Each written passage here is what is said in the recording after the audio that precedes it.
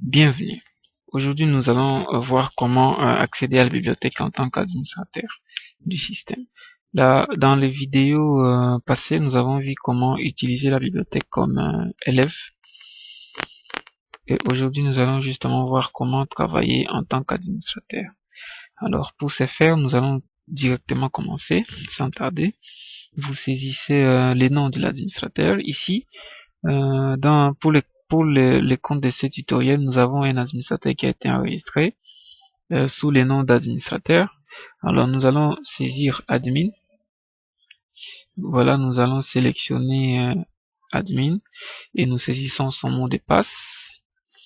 Et après quoi, on va cliquer sur le bouton connexion. Voilà. Dans l'espace d'administrateur, vous avez la possibilité de voir les utilisateurs, voir les ouvrages ainsi que les travaux pratiques. Alors la seule différence avec les comptes d'un élève, c'est que ici vous avez la possibilité de voir la barre noire avec ces trois boutons. Donc c'est un autre menu qui s'ajoute en plus du profil ainsi que du panier. Alors ici encore, il y a un bouton qui a disparu ici. Dans le compte de l'élève, il y avait un bouton ici qui avait donné à l'élève la possibilité de pouvoir travailler un travail pratique, de pouvoir déposer les réponses à un travail pratique. Ce qui n'est pas le cas ici chez un administrateur. L'administrateur ne peut donc pas travailler, résoudre un travail pratique. Par contre, il peut voir les utilisateurs, il peut voir les ouvrages, ainsi que les travaux pratiques. Les réponses, ici il s'agit bien des réponses des travaux pratiques. Ok.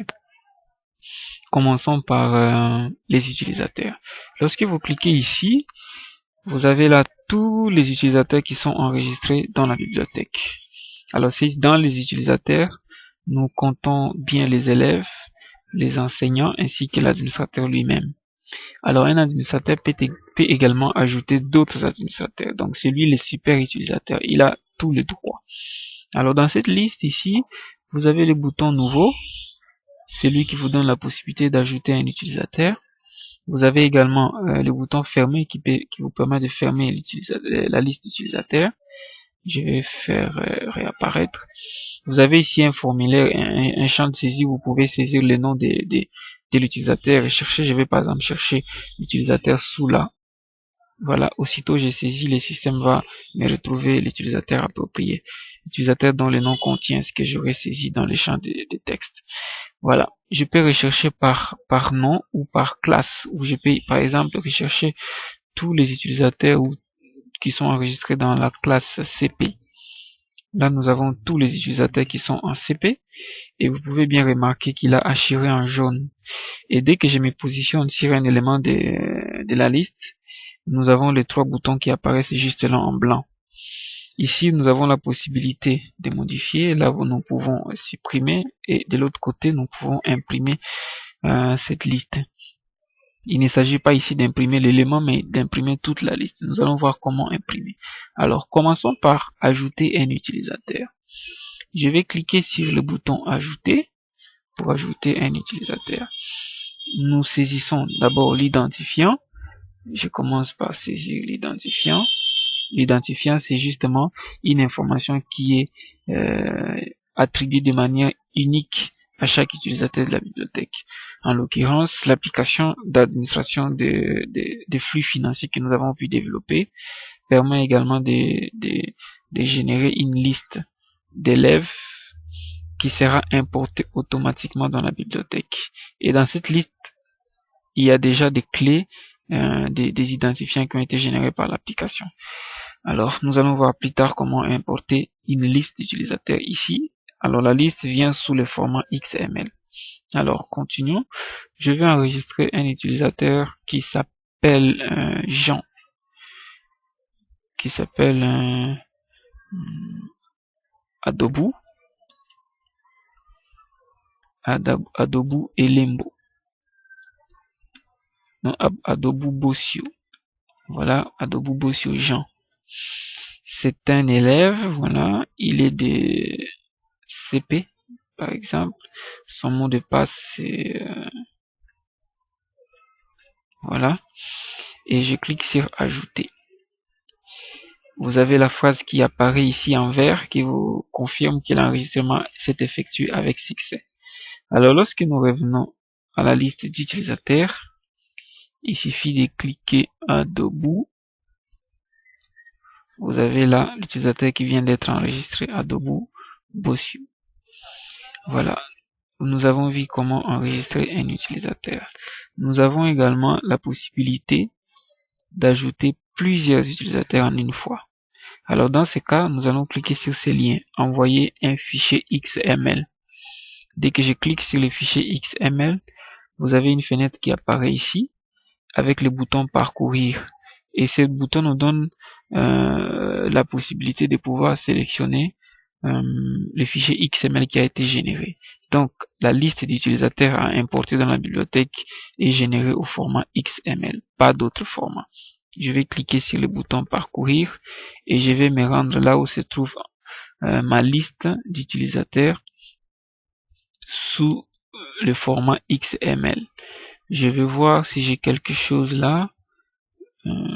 C'est pas où je l'avais enregistré, mais déjà nous avons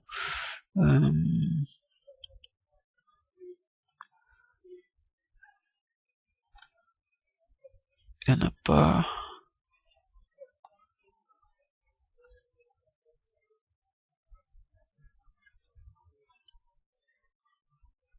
Nous avions déjà une liste qui a été générée sous le format XML. Voilà, vous avez le fichier là, bibutil. C'est un fichier, alors je rappelle encore une fois de plus, le fichier XML est souvent généré par une application que nous avons également développée. Cette application s'appelle SDBFees. Elle nous permet de gérer tous les flux financiers ainsi que toute l'administration scolaire.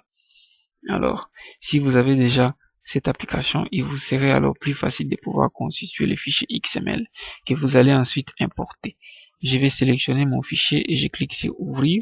Le fichier vient là et dès que je clique sur charger, alors tous les envoyer, si je clique sur envoyer, tout le contenu de ce fichier XML sera chargé dans la bibliothèque. Alors, nous allons essayer de voir le contenu de ces fichiers XML. Bon, en quoi il est constitué le fichier XML? Voilà. Je vais ouvrir ce fichier XML, vous allez voir le contenu, son contenu. Ce sont donc des enregistrements des utilisateurs. Mais là, l'application dont je viens de parler, SDBFees, qui est notre application d'administration scolaire, c'est elle justement qui permet de générer cette liste sous forme de XML. La liste avait déjà été chargée dans la bibliothèque. Alors, en ce qui concerne cet exemple, nous n'avons plus besoin de charger la liste. Sinon, ça serait une peine perdue puisque l'application ne pourra pas enregistrer ces données. Ok. Mais ce que vous devez retenir, c'est que dès que vous cliquez sur le bouton envoyer les fichiers XML, vous sélectionnez votre fichier XML et que vous cliquez sur le bouton envoyer, l'application va charger la base de données d'utilisateurs. Et du coup, vous verrez apparaître tous les utilisateurs chargés ici, dans cette liste. Là, nous avons 94 utilisateurs. Voilà, ici nous avons la liste. Nous avons vu comment enregistrer les utilisateurs et les voir. Voyons également comment afficher les ouvrages. Vous pouvez ici, en cliquant sur le bouton ouvrage, vous avez la liste d'ouvrages. Vous pouvez non seulement lire l'ouvrage, en cliquant là, vous pouvez lire l'ouvrage, comme tout élève, à la différence que l'administrateur voit tous les ouvrages sans distinction des classes. Tous les ouvrages sont visibles et lisibles par l'administrateur. Et l'administrateur peut également imprimer la liste. Nous allons voir comment imprimer la liste. Il peut regrouper également les ouvrages en fonction des classes. Là, j'ai regroupé tous les ouvrages qui sont enregistrés pour CP.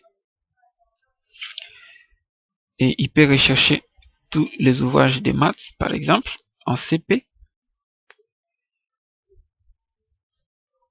Ou il peut rechercher tous les ouvrages sans distinction des classes. Voilà. À part les ouvrages, vous avez également les travaux pratiques, les réponses des travaux pratiques. Ici, souvenez-vous, dans le tutoriel précédent, nous avons vu comment envoyer les réponses au TP, aux travaux pratiques. Ici, justement, l'administrateur peut réceptionner, peut afficher toutes les réponses des travaux pratiques qui ont été déposés par les élèves. Ici, nous avons les réponses de l'élève sous la Bossio Serge, dont l'identifiant est 4545. Il a répondu à l'exercice de mathématiques numéro 1, qui est situé à la page 5. La question 1A, la réponse est faux. La question 1B, la réponse est vraie. La question 1C, la réponse est vraie. Et la question 1D, la réponse est faux. Voilà. Vous pouvez tout supprimer. L'administrateur peut tout supprimer. Il peut donc vider la liste. Il peut supprimer l'élément ou il peut imprimer cette liste. Alors, voyons comment imprimer toutes les listes. Nous allons commencer par les utilisateurs. Je clique sur le bouton utilisateur. Je vais sélectionner, je vais positionner mon curseur au moins sur un élément de la liste. Alors, je viens cliquer sur le bouton imprimer. Dès que je clique là, vous avez la boîte de dialogue qui apparaît avec une liste juste là derrière. Une liste qui est déjà bien formatée par l'application. Et si vous avez votre imprimante qui est déjà en place et qui est prête, vous n'avez plus qu'à lancer l'impression en cliquant sur le bouton OK. Moi, je n'ai pas d'imprimante qui a été connectée. Toutes les imprimantes sont déconnectées. Voilà. Je vais annuler. Comment imprimer la liste d'ouvrages? Vous cliquez sur le bouton Ouvrage. Vous posez votre souris, votre curseur au moins sur un élément et vous venez cliquer sur le bouton Imprimer. Sur le lien Imprimer. Dès que vous cliquez, vous avez la même boîte de dialogue qui apparaît avec la liste qui est formatée juste là en bas. Et si votre imprimante est en place, vous n'avez plus qu'à cliquer sur le bouton OK pour imprimer. Voilà. Vous pouvez également imprimer les résultats, les réponses des travaux pratiques. Il suffit de sélectionner, de poser votre curseur encore sur au moins un élément et cliquer sur les liens imprimés. Voilà, la boîte de dialogue apparaît et vous pouvez imprimer la liste des réponses. Rappelez-vous, toutes les réponses sont regroupées en fonction du nom d'élève. Il commence par afficher les noms de l'élève en gras. Ensuite, il affiche toutes les réponses que l'élève a envoyées. Et dès qu'il a fini toutes les réponses de l'élève dont le nom est affiché juste au début en gras, il va reprendre un autre nom d'élève en gras et il fera suivre automatiquement les réponses. Ainsi de suite. Donc, il commence par le nom de l'élève suivi des réponses. Nom de l'élève suivi des réponses. Ici, nous avons qu'un seul élève qui a envoyé les réponses de TP. Voilà comment exporter la liste des TP. Et hormis cela, l'administrateur a également la possibilité de rechercher les ouvrages comme tout élève. Comme nous avons vu ici, encore une fois de plus, sans restriction. L'administrateur voit tout. Il est le super utilisateur. Voilà, il peut ajouter des éléments dans le panier, comme tous les utilisateurs, comme tout élève, et lire. Voilà. Il peut également retirer les éléments des paniers. Voilà. Voilà, ainsi nous avons vu comment travailler en tant qu'administrateur. Merci beaucoup.